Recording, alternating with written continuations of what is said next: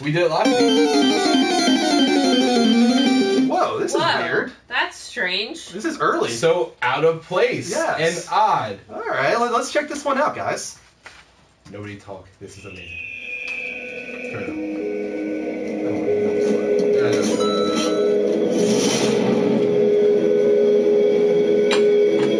Revolution is a game of power.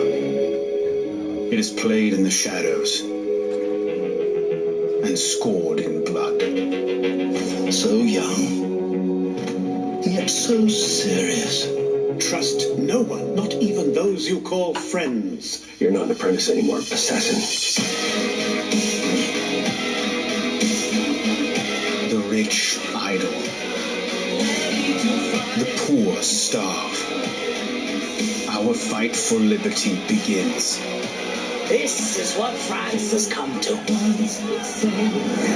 never walked away. I never said away. I'll never go. It is not your place to choose your own targets. And I was there, standing outside your door, waiting for you to show me how to stay.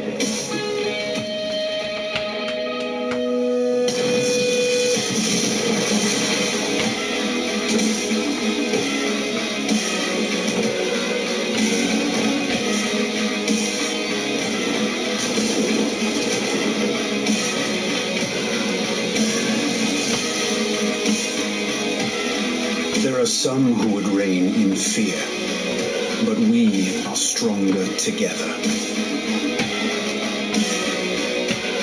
Ready to fight.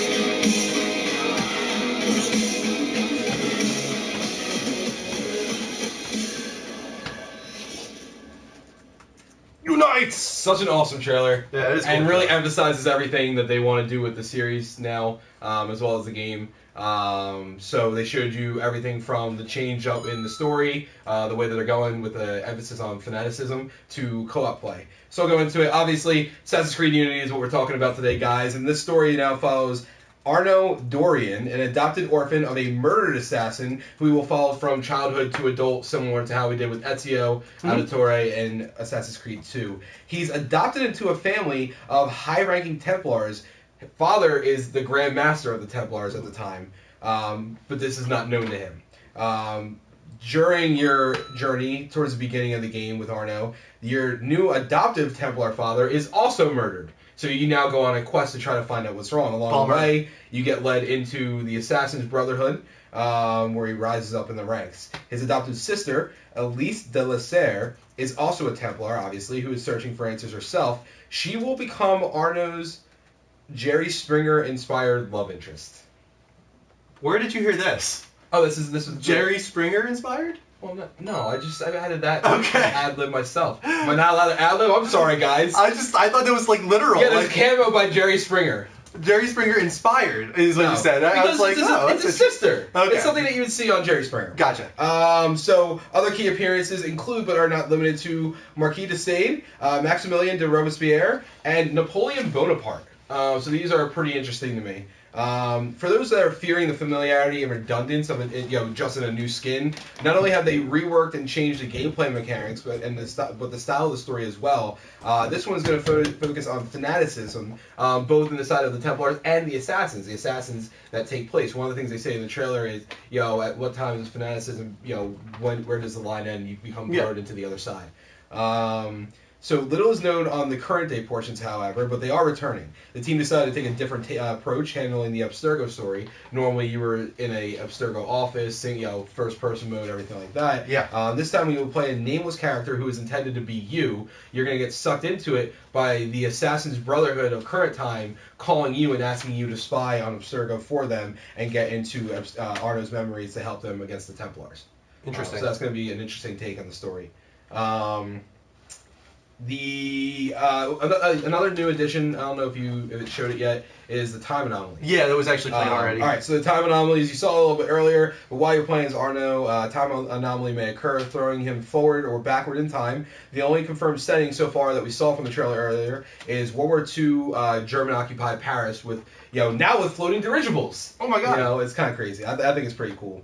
Another cool mechanic, like I said, the climbing mechanics have been changed a little bit. You'll see he's actually more stylized with the way he climbs. But no more will your falls be determined by a floating hay bale. Fall from 200 feet, walks away from landing flower petals. They heard your meme. They thought it was goofy as well. And they thought they had the technology to change it. So now you'll actually glide down in parkour style as you fall. So you won't be jumping into hay bales or anything like that anymore. Interesting. Climbing controls have also been tweaked.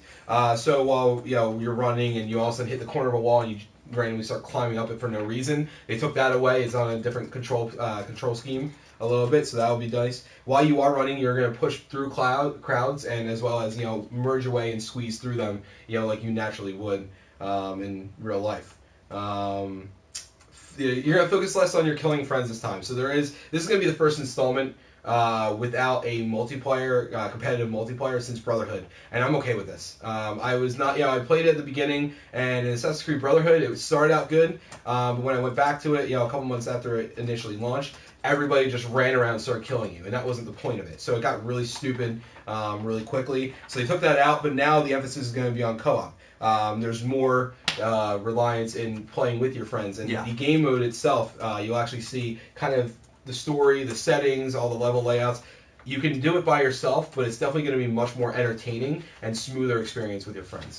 And this time it's going to add skill points. So instead of just buying a new sword that also makes you better at what you do, you're going to have skill points that you earn to upgrade. I think it's 3 different classes. I think it's stealth, combat, and parkour. So not only will you upgrade how stealthy you are and how well you fight, but also the way that you run through and run up walls or anything like that, which is pretty cool. And when you're playing co-op, the skill points are all shared. Definitely. So visually, looks pretty good. I think for the most part. Yeah. It's a nice upgrade. It looks like 900p. Yeah. Yeah, I guess you could say that. BMC, No, we probably can't go through a Unity segment without. BMC really wants to see you in it, and he missed it. Okay. I mean, I don't think we can really go through a segment without talking about the whole 900p parity issue, but it still looks great. It's just a lower resolution. I can't find the way this goes on. There you go, BMC. BMC, there you go, Draft But they Andrew. clearly have worked on like the facial animations and the motion capture and stuff like that. It definitely, that was one thing about Assassin's Creed that never really pushed the boundaries, was like the facial stuff. Like the environments and stuff, like in Black Flag, for instance, looked beautiful. Like the water and stuff, it really was gorgeous. But then the moment you saw like a cutscene with like the faces, it was like it kind of pulled you back again. Right. Like, this is clearly going with a little bit more of a realistic vibe, and pulling it off for the most part, I would say. Looks pretty damn good. So, yeah. When does this come out? I think this is the 18th, right? This is one of those ones, or is it this 11th? This Tuesday. 11th, yeah. Yeah. Wow. So this is this Tuesday. Yeah, one of a few games coming out on Tuesday. So yeah, Yeah, it's gonna be great. I think I actually might get it. I wasn't going to, but now with all the sales coming around, buy 2 get 1 free this week at Target, so I can't really. Wait, buy 2 what? Video games. Really? Yeah. Get 1 free. They're doing that whole thing Wait, buy again. 2, get 1 free? Yeah. Yep. So you have to spend $120 to get 1 for free? Yeah. Which you would spend $60 on 1 or $120 on just 2. So now I'm getting $180 worth for $120. Yeah, but still. There's a lot. I mean, it's holiday time. There's a It's lot. Of you games. get, a lot of people get 2 I games. can't take you seriously. Take that off. Okay. You told me to put it on. No, but don't you think having 3 games at once is a little too much? No, you just put them in your back. Before you met and Drew, he would get like 12 games at once. If He doesn't have time to do that anymore. No, but like for instance, when I got the PS4, I did the buy 2 get 1 free. I got Assassin's Creed Black Flag, I got Killzone, and I got Knack. Are you doing that? Huh?